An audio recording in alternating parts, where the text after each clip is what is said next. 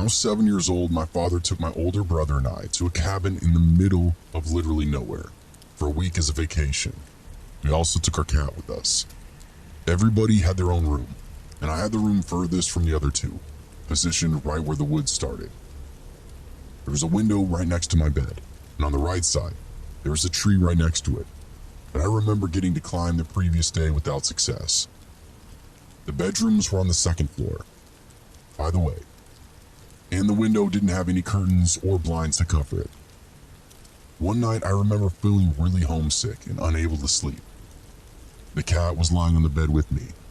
I was reading a comic book with a flashlight when around 2 a.m. I began hearing a tapping on my window.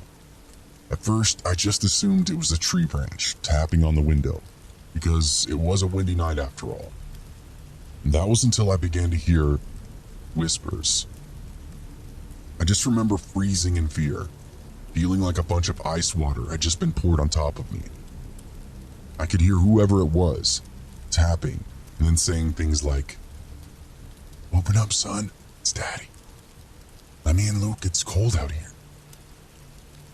And the worst one I heard was, "Come on, it's Daddy, I just want to cuddle." I was paralyzed by fear.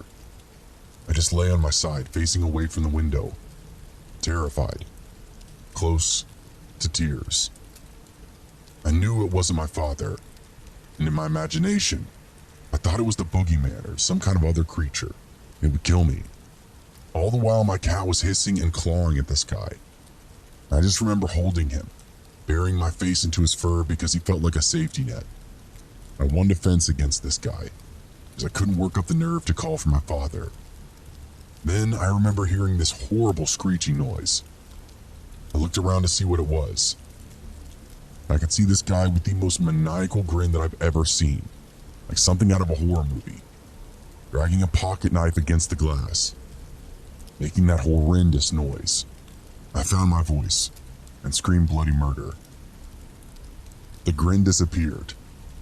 He looked like a combination of horrified and absolute full of rage. But then my father came barreling into the room with his hunting rifle. And as you can imagine, seeing that made this guy panic, sort of drop backwards. My father looked at me and made sure I was okay.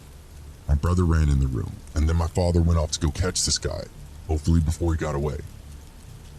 But unfortunately, it wasn't a long drop, and the man probably only got a few bruises from it. He was definitely gone by the time my father got out there. We waited the night. Nobody slept. Before we packed up and went home the following day.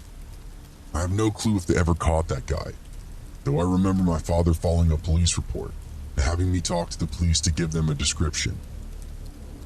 I'm still grateful for my cat.